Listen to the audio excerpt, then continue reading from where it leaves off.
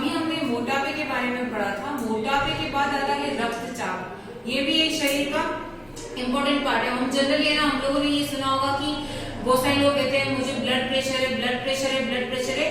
तो मैं आपको समझा दूं कि ब्लड प्रेशर हम सभी को होता है, पर बात यह है कि उच्च रक्तचाप और निम्न रक्तचाप एक बीमारी है जो किसी किसी को होती है। अब रक्तचाप या ब्लड प्रेशर क्या है, पहले हम इसे समझने की कोशिश करेंगे। तो ब्लड प्रेशर जो होता है is exerted on the walls of the blood vessels by the blood flowing in it called blood pressure. यानी कि रक्तचाप वह चीज है कि रक्त के प्रवाह के कारण रक्त वाहिनियों की दीवारों पर रक्त के द्वारा जो दाब डाला गया है, रक्त प्रवाह हो रहा है तो जो दबाव वाहिनियों पे पड़ रहा है, जो नलियों पे पड़ रहा है, उसको ही ब्लड प्रेशर या रक्तचाप कहते हैं। अब जो होता है रक्तचाप जो होता है दो भागों में डिवाइडेड होता है।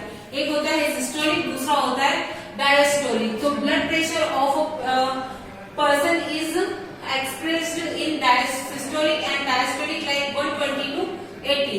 तो दो तरीके का होता है, एक तो सिस्टोलिक जिसको हम उच्च रक्तचाप कहते हैं और डायस्टोलिक जिसको नीचे वाले के लेवल कहते हैं। तो जो होता है वो 120 और 80 होता है। तो किसी भी व्यक्ति का जो रक्तचाप होता है सिस्टोलिक और डायस्टोलिक के रूप में हम लोग अभिव्यक्त करते हैं, जो 120 और 80 होता है। अब एक सामान्य व्यक्ति का जो सिस्टोलिक रक्तचाप है वो 90 से 120 के मध्य होना चाहिए। जो ऊपर वाला ब्लड प्रेशर की सीमा है वो 90 से 120 होनी चाहिए और नीचे वाला जो है वो डायस्टोलिक 60 से 80 के बीच में होना चाहिए, तब तो वो नॉर्मल है। अब जो है कि रक्तचाप किससे मापा जाता है, आप जनरली हॉस्पिटल्स में जाते हो, आपने देखा होगा कि ब्लड प्रेशर नापने की जो एक मशीन होती है उस मशीन को क्या कहते हैं, उस मशीन को जनरली तो रक्तचाप मापी कहते हैं, पर इसका राइट नेम होता है स्फाइग्नोमैनोमीटर। इसको जो है ब्लड प्रेशर नापने के लिए काम में लिया जाता है। तो इसका जो अगर नाम पूछा जाए, वैसे तो रक्तचाप मापी भी कहते हैं, लेकिन एग्जैक्ट नाम है स्फाइग्नोमैनोमीटर।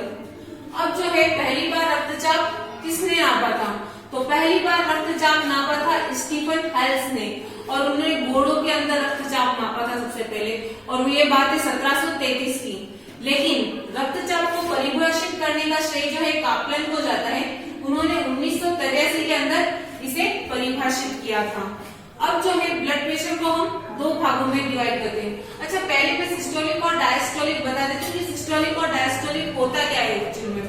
सिस्टोलिक होता है कि है ना, जब है ना रक्त जो होता है हृदय में प्रवेश करता है, हृदय से फेफड़ों में जाता है, फेफड़ों में शुद्ध करके वापस हृदय में आता है, फिर हृदय से ये क्या करता है, पूरे अंगों को भेजा जाता है।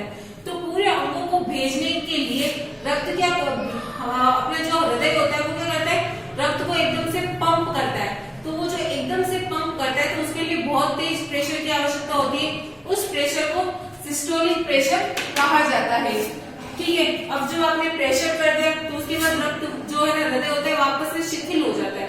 तो जो शिथिल वाली अवस्था होती है उसको डायस्टोलिक अवस्था कहते हैं। ये सिस्टोलिक और डायस्टोलिक है। अब जो ब्लड प्रेशर होता है वो दो प्रकार का होता है, लो ब्लड प्रेशर और high blood pressure. Low blood pressure यानी कि निम्न रक्तचाप। निम्न रक्तचाप जो होता है जब रक्तचाप काफी कम हो जाता है, यानी रक्तचाप अगर जो दबाव लग रहा है वाहिनियों के ऊपर वो कम लग रहा है तो उसे निम्न रक्तचाप कहते हैं। और जब रक्तचाप बहुत कम हो जाता है तो क्या होता है कि है ना शरीर के जो महत्वपूर्ण अंग है, जैसे कि दिमाग हुआ, मस्तिष्क हुआ, हमारा लीवर हुआ, किडनी हुई, तो यहाँ तक क्या होता है प्रॉपर मात्रा में ऑक्सीजन और भोज्य पदार्थ नहीं पहुंच पाते, क्योंकि है ना हमारे शरीर में हमारे अंगों तक रक्त के द्वारा ही पोषक तत्व, भोज्य पदार्थ और ऑक्सीजन जो है परिवहन करती है। अगर जो है प्रेशर कम हुआ तो हमारे शरीर की जो महत्वपूर्ण अंग है वहां तक ये जो है रक्त नहीं पहुंच पाएगा। रक्त नहीं पहुंच पाएगा तो ऑक्सीजन और भोज्य पदार्थ नहीं पहुंच पाएंगे, जिसके कारण की क्या होगा कि वो क्षतिग्रस्त हो सकते हैं। अब क्षतिग्रस्त हो टेम्परेरी भी हो सकते हैं और परमानेंट भी हो सकते हैं, यानी कि थोड़े टाइम के लिए भी हो सकते हैं और हमेशा के लिए भी हो सकते हैं। तो इसीलिए कहते हैं कि लो ब्लड प्रेशर या निम्न रक्तचाप जो है बहुत ज्यादा हार्मफुल होता है। फिर आते हैं हम उच्च रक्तचाप के कारण। उच्च रक्तचाप क्या होता है, जब धमनियों में बहुत ज्यादा मात्रा में प्रेशर लगाना पड़ता है रक्त को।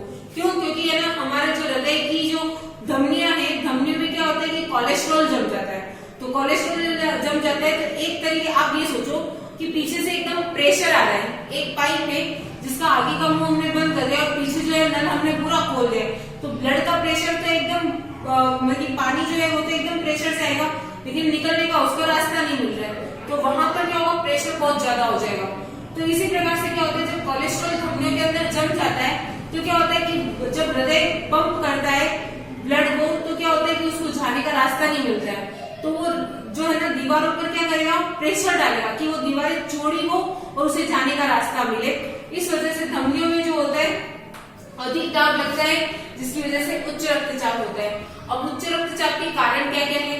उच्च रक्तचाप हो सकते हैं हमारी चिंता, बहुत ज्यादा गुस्सा आना, जेलेसी यानी दूसरों को देखकर जलना, ठीक है, भ्रम, ये हो सकते हैं कारण। या फिर आप अनावश्यक खा रहे हो यानी आवश्यकता से अधिक भोजन खाना, भोजन में आप क्या खा रहे हो इसके ऊपर भी डिपेंड करता है कि अगर आप चीनी ज्यादा खा रहे हो, तेल, घी, अचार, मांस, चाय, सिगरेट या शराब का सेवन बहुत अधिक कर रहे हो, ठीक, इन सब का सेवन बहुत अधिक करने के बाद भी क्या है, आप जो है व्यायाम नहीं कर रहे हो, व्यायाम का अभाव है, शारीरिक श्रम नहीं हो रहा है, तो ये आपके उच्च रक्तचाप के कारण हो सकते हैं। अब उच्च रक्तचाप से बचने का वो क्या है कि हम किस तरीके से बच सकते हैं, तो उसके लिए कि आप पौष्टिक भोजन करें, अपने भोजन में ज्यादा से ज्यादा रेशों को सम्मिलित करें, रेशों को सम्मिलित करने के बाद भी पौष्टिक भोजन करें, घी तेल का सेवन आवश्यकता के अनुरूप करें, ज्यादा वसा का सेवन नहीं करना है, और साथ ही में आपको कम से कम जो है अपने शरीर को, अगर आप कुछ काम नहीं करते तो 30 मिनट का व्यायाम, शारीरिक व्यायाम जो होता है आपके लिए आवश्यक है, तब आप उच्च रक्तचाप जैसी बीमारी से बच सकते हैं।